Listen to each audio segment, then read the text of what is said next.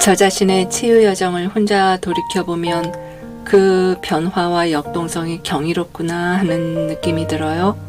언제부터 이 여정이 시작되었지 자문을 해보면 아마 삶의 모든 측면이 나락으로 떨어졌다고 생각했을 때 정확하게는 그 나락에서 스스로 나를 치유해보지 뭐라고 마음먹은 때부터인 것 같기도 하고요.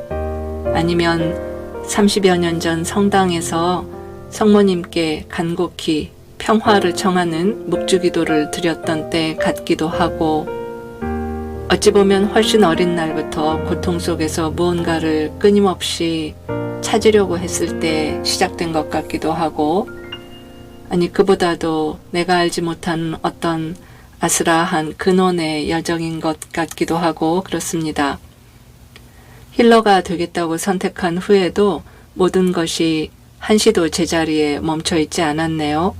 무언가가 변함없이 반복된다고 느꼈던 순간에조차 내 내면은 위아래 좌우 앞뒤 안팎으로 점점 더 깊게 넓게 움직이고 있었던 거예요. 외부 현실에 대처하고 능동적으로 변화를 만들어내는 힘도 점점 커졌는데 저의 내면의 변화에 정확히 비례했습니다.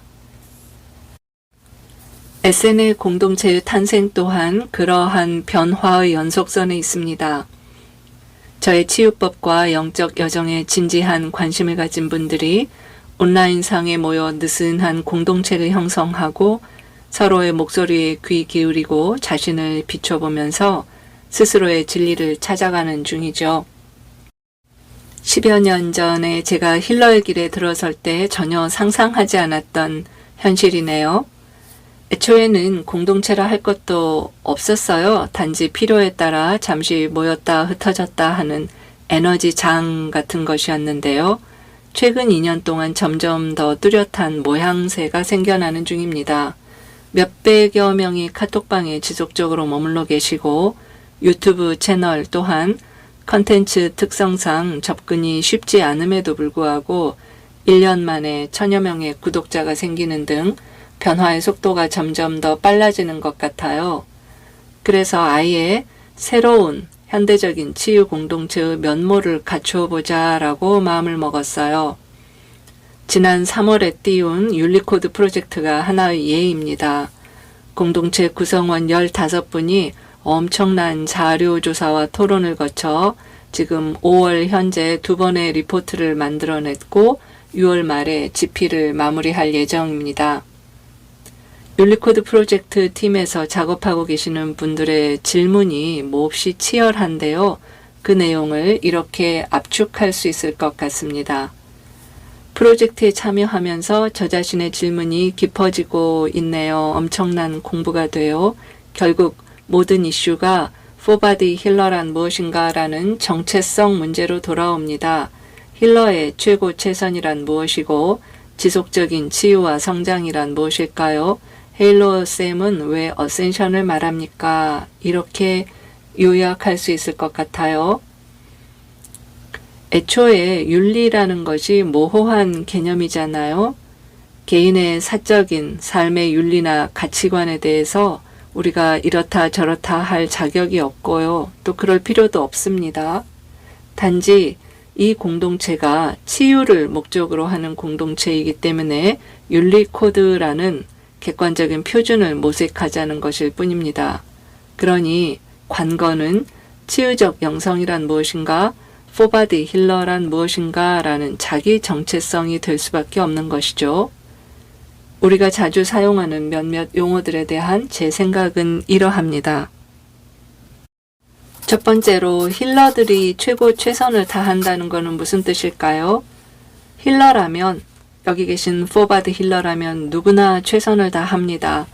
그 최선을 다하는 와중에 정말 죽을 것 같은 괴로움을 통과하는 순간도 종종 한동안은 계속 다가오죠. 그런데 세상 사람 누구나 최선을 다하며 살고 있습니다. 서로 최선이라고는 할 수 없지만 지금으로서는 어쩔 수 없다고 말할지라도 결국은 그게 자기가 하는 것이 최선이라는 뜻이잖아요. 그러니 힐러들이 나는 최선을 다한다, 선한 의도로 클라이언트를 위한다고 믿을 때 오히려 문제적 상황인 거예요. 자기 생각이 클라이언트에게 긍정적 전환이 될지, 현상 유지나 포장술이 될지, 악순환을 불러일으킬지 누가 알겠습니까? 인간이 다차원적이고 복합적이고 무한히 진화할 수 있는 존재이니만큼 항상 더 높은 차원의 관점으로 보거나 다른 각도에서 입체적으로 볼 때 어떤 풍경이 펼쳐질지 모른다고 말하는 편이 합당합니다. 그러니 최선이 뭔지 안다고 믿는 사람이 얼마나 위험한가요? 또 그런 믿음의 기원은 무엇이겠습니까? 최고 최선이란 내가 모른다, 즉 미지를 허용한다는 뜻입니다. 두 번째는 지속적인 치유와 성장이란 무엇인가인데요. 힐러들의 세션법은 이러합니다. 먼저 자기가 할 수 있는 최선을 다해 연구하고 행하죠. 그 다음에는 세션이나 수업을 시작하기 전에 바로 그 생각, 내가 최선을 다했다는 생각과 또 어떤 결과가 있었으면 좋겠다 하는 기대를 내려놓습니다. 왜 이것이 중요한가 하면 나의 클라이언트가 어떤 문제를 가지고 있다는 시선, 즉 타인이 문제 있으므로 힐러가 해결해 준다라고 하는 시선을 치유하고 평화의 에너지 장을 힐러 자신에게 만들어내는 과정이 필요하기 때문입니다. 그와 같이 텅 빈 평화 혹은 무심의 상태에서 클라이언트의 상위 자아 가이드 마스터께 기도로서 청합니다. 제가 정성을 다할 테니 당신의 관점에서 보시기에 최고 최선이 펼쳐지도록 저의 에너지를 활용해 주세요 라는 마음 자세죠. 실제 세션이나 수업에서는 소통, 특히나 감정적인 연결을 중시하면서 정성껏 세심히 새겨 듣습니다.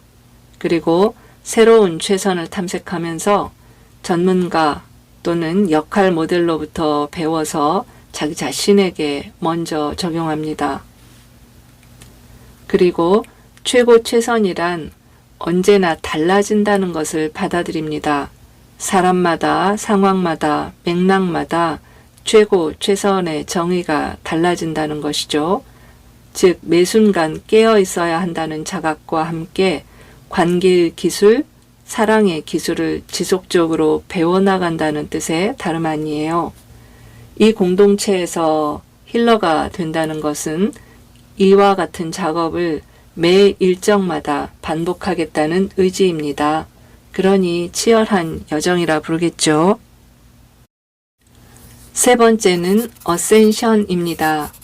이 공동체에서 말하는 포바디 힐링이란 인간 존재의 전 측면, 육체, 감정, 정신, 영혼을 치유하려는 것인데요.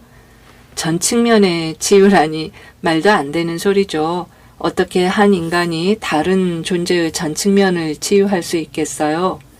그러니까 포바디 힐러라면 자기 자신, 내 포바디를 치유한 경험만 오직 진실하게 나누자라는 뜻일 뿐이죠.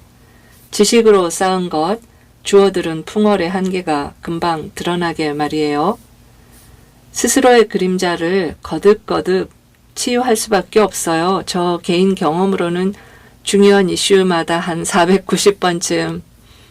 이 숫자는 예수께서 7번씩 70번이라도 용서하라 거기서 아이디어를 얻은 숫자인데요.